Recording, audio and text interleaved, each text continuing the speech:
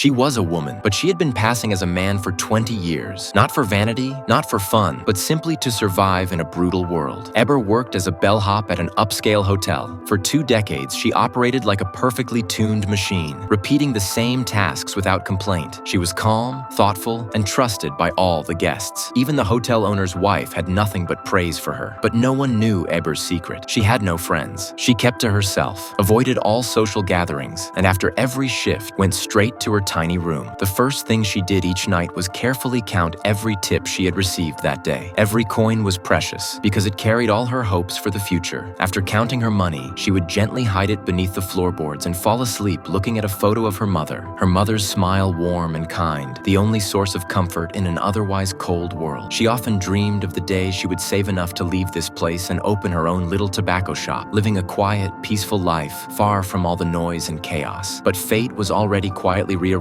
the pieces of her life. That day, a painter named Paige arrived at the hotel to do some renovations. Because of the work, Paige needed to stay overnight. The stingy hotel owner's wife, trying to save money, arranged for Paige to sleep in Eber's room. Eber panicked. She tried everything to refuse, but under the boss's stern insistence, she had no choice but to give in. That night, Eber lingered outside as long as she could. Only after she was sure Paige was asleep did she creep back inside. She tiptoed to the floorboards to check her stash. Thankfully, it hadn't been disturbed. Breathing a sigh of relief, she gently undressed and lay down on the very edge of the bed. But just then, a flea started biting her viciously. The itching was unbearable. Instinctively, she scratched at it, and in doing so made a loud noise, eventually crashing to the floor with a thud. In her frantic scratching, she unfastened her pants and loosened the binding around her chest, completely forgetting that Paige might wake up. You're a woman.